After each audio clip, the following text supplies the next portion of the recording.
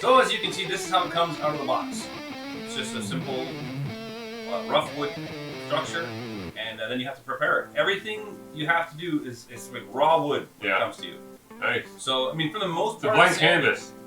Yeah, for the most part, it's sanded, but you take the extra little steps and give it a little. What grit were you using? I went right to that was probably an 800 grit was the final before I stained it. Right. Just because that was enough to get the stain in, and I knew I was going to be doing another sanding after the stain. So that's what I did. But I went over all the rough edges, and now you notice there's this there's that little white band that goes all the way around, and I'll talk about that a little bit more as the staining procedure goes through. Because that's makes you wonder what you do. Yeah. And then the decals, does that come with, are you going to be putting some silver in that? That's not decals, those are cutouts. That's what I mean, the cutouts. Are you going to be putting That's a piece, that's it, you see what you get. That's it, you leave it like that. So here we're using the stack racks. This is the stack rack painting system. It's normally for doors and trim and that, but what we did was we set up a system so that we could spin the guitar, keep it mounted. Yeah. And so that while we're preparing and setting it up. So I was looking for a spot to put a hole in the guitar that would be covered. Not all the way through, you understand. Just a little spot. Just a little screw. That will hold it. And that's how I did it. I set it up like that so that now I can prep and paint the whole thing. So what I'm showing you here is it's a cleaner. It's a conditioner for the wood so that it will accept any kind of stain. So I'm just dusting it all off. I'm using the Stinger brush. Yeah. To clean it off with. But there's that cleaner. It looks like you're putting on a sealer of some kind, but really all it's doing is conditioning the wood. I tell you, you could have almost left it at that. I know, it looks nice, right? You know, but it looks nice from a distance. This wood grain didn't have a nice finish to it, a nice look. It didn't have the right. I mean, like I'm saying, it looks good from here. Yeah, it does. Yeah. But it's not the look. Right. It's patchy. Well, now we'll never know. It's patchy to say the least. Right. They don't use a high quality wood, grain finish for this type of a style. Right. Because you're going to be painting it or sealing it or staining it or something, right? So the whole neck and everything, got that all prepped clean. And then I taped it. So the fretboard, I taped off completely along the white band and then all along the fretboard. That was important. There's a lot of prep work. Well, no, you can see me doing it there. It was just important to do because I didn't want anything to get on that. I don't want any kind of stain or nothing on it. So this is my first coat of stain. This is a black stain from Minwax, but here's the problem. It's a water-based stain that you can tint. So I had them tinted to the right what I wanted. Yeah. But I was not happy with the fact that it was water-based. Because you're technically not supposed to sand it after. It's almost just like a paint. Right. And that's not at all what I wanted to do, and I didn't realize that before getting into it. So in hindsight, I would have went with an oil-based product. Right. That I would penetrate the wood. Because here's what I wanted to do. I would put a black stain on the whole thing. Then I wanted to sand most of the stain away. Right. And just have that black pull the green out. Right? Which you'll see here in a second. I kind of get started a little bit here, and I take it off of the mounts so I can really sand it. Because it was not sanding nicely because of this particular product. So I took it off. And that was the hardest part is working with this stain. And had I had known that, the process would have went a lot faster. Right.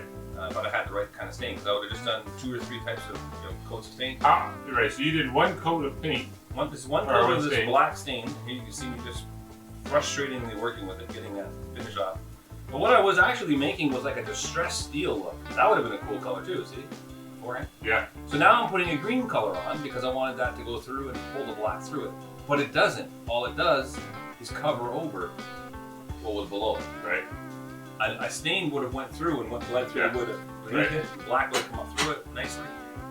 So I did. That was part of the problem. So I almost had to work with it and almost paint the wood grain look into the board, into the guitar, as you can see. But I mean, overall, it covered nicely, and you got a nice color out of it. So this process here, so this is like the second day of me working on it, putting in, and not a lot of time. I spend maybe an hour or so at a time each time I would go to it. Right. So it doesn't take a lot of time. So you order this thing, it's about $220 for this guitar. I think it's in the carousel. So like $220 or $260 for the guitar. Then you have to get your materials for. I think I might have spent $80 total on materials. So you're going over the white here. Yeah, so I'm going over the white here because you are going to sand it off. But what I noticed, to me, which is a lot, would have been a lot better, was I should have just taped off that white as much as possible. We do that next, after our next coat, because of how much time it took. Because I can't sand. Right. If I was able to sand it, it wouldn't have been a problem. I see. Because that white just sands right off. The stain doesn't penetrate down through it like a wood does, right? So you just sand it off, and away you go. So there you go. After a couple of coats and getting the color exactly the way I liked it, I did a spray. This is Mark actually doing the spray because he has a steadier hand for the sealer. So I got our camera guy to do the spray for me. Plus, I value my lungs. But this is actually a... So again, it probably would have been a nicer finish had you just used a not like the top coat. Like how many coats did he put? If you were to put the we put 10 coats of finish on this. Right. The problem, any of the things that you see in here that don't look right, from like the imperfections, are from the paint below. Because look, as you can see, we sanded in between coats. Yeah. Did a sealer. And so here I am, all set up with this, ready for the next one. So I'm sanding the back of the neck arm, right now. The neck. You know, and just, I mean, again, this is the first one we've ever done. So Sure. we're going through the process, right? It's a learning curve. So I have to take the framework off that I had just to hold the guitar in place. But now it's time to assemble it and then put the whole thing together. This is a Resonator guitar, so there's a big steel piece that goes in the center, which we'll be assembling for you guys here in just a minute. But I want to show you this part. So you dry fit it first, make sure it's all fitting properly. Right? And then what I wanted to do is not just trust the glue, I've actually thrown a screw in there.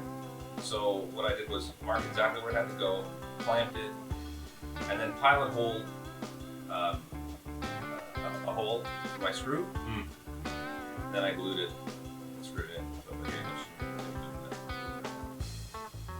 So the reason why I marked it, dry fitted, marked it, and pulled it away again is I had to sand all the areas that the wood was going to be in contact with the wood. You know, I wanted to make sure that's going to bond really well. Yeah. And so that's why I made sure that but even once I put it all together, there's some areas that were kind of exposed that I had to touch up and paint and seal it. You see little spots at the bottom. But you're not concerned that the arm is going to come, but the neck's going to... No. The neck actually did very well. It's very strong. It's on there. Happy with it. Yeah. It's a nice little tutorial. Well, sure. It's a nice little walkthrough. Yeah. So here we go. I'm putting the screw in now. This is going to lock it in place. So it's glued, screwed, tightened in. Now after it dries, I can pull it apart. So here's what I do. Now I'm hanging it. Now, what's that little mark on there on the tip? I put that I had Mark actually would burn that in. Darlene drew it. My wife drew a bee on it for burns. Okay. And then Mark used a chisel, a heated chisel, to kind of trace it out. Similar to Aunt Rachel. Very similar. Yeah. Keeps it in the family. Yeah. And now here I am taking off all this paint here, just nice and all the tape. This is actually kind of satisfying, that part. And it's really coming together. You can start to see what it's looking like. Thankfully, it didn't. Oh no, actually, yeah, no, that's good. Turned out good. Yeah. And voila, you got your guitar.